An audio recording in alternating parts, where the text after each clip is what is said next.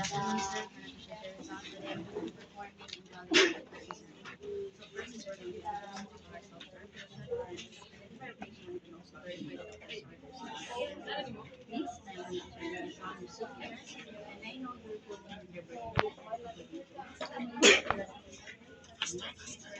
Provide privacy and prepare the materials needed.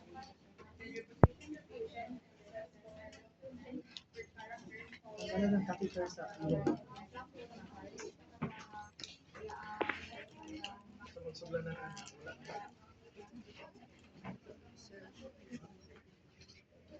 So that is we're going to position our patient in the dorsal recumbent position. So assuming our patient is in the dorsal recumbent position, next is we're going to cover the patient with our back towel. This is to maintain their dignity. Next is we're going to place an unabsorbed pad Ayun sa underneath puno. the patient's hips. Mila-mila. Ay, towel.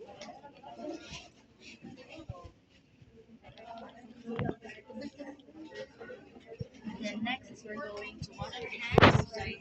And assuming wear our clean gloves and assuming that you are already done washing the perineal area with soap and water, we're going to proceed to remove the gloves.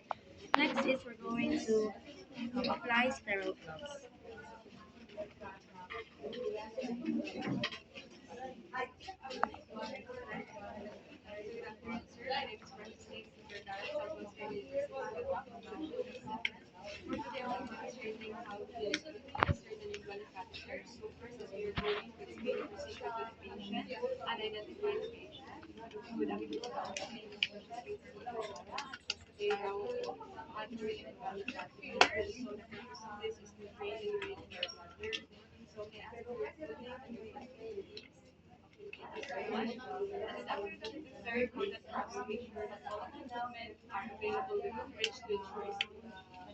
And after that is we're going to cleanse the genital area using our iodine swab. Ayun sa dorsal recumbent nga lalaki man na. Fine.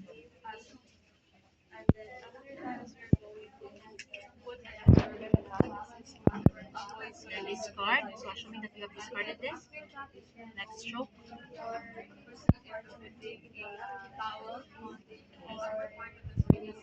Next.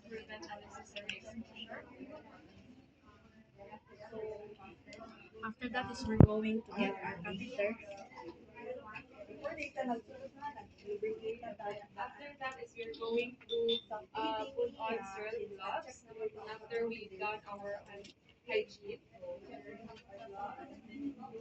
Then we're going to apply lubricant. Kamot pa daw, kamot. Kamot. Sawa sa kamot para dili sa para maananan mo siya. Ay lagi i-touch lagi sa bato lagi ba?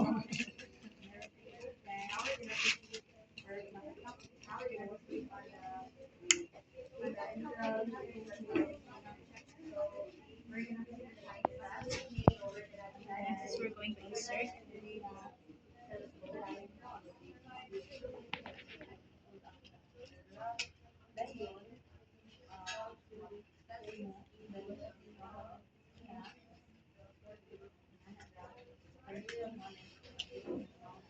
And then after that is we're going to make sure that we were able to wash the perineal area of the patient. And then after that is we can now proceed to feeding using an assembly technique. So we're going to use an iodine swab.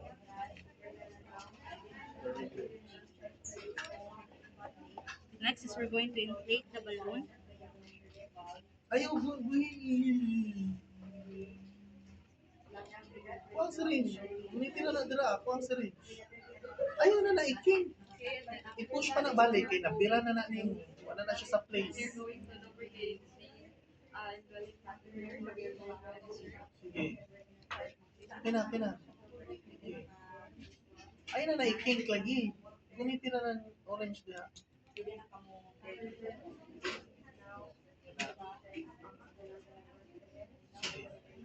Very good. Padung sa kamot mo misaw sa kamot ang gel para masayo. Very good. Yan na ako na Very good. And then after that is we are going to insert the catheter. Very good. Next is we're going to tug. Okay. Then after that is we're going to dispose of our gloves or our materials and then perform aftercare. But if the doctor wishes for us to remove the catheter, then we have to deflate the balloon. Okay, agas na, nagagas na. Nagagas na. Iking. Okay. And then withdraw the fluid that we have We are going to connect to the um, injected a while ago. and then after that is you're going to Tusok ka ha. Careful lang, dili pugsog kung dahil.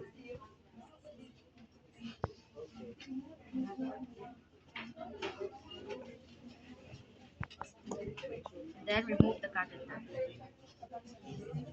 Then dispose all of the materials. Then wear gloves.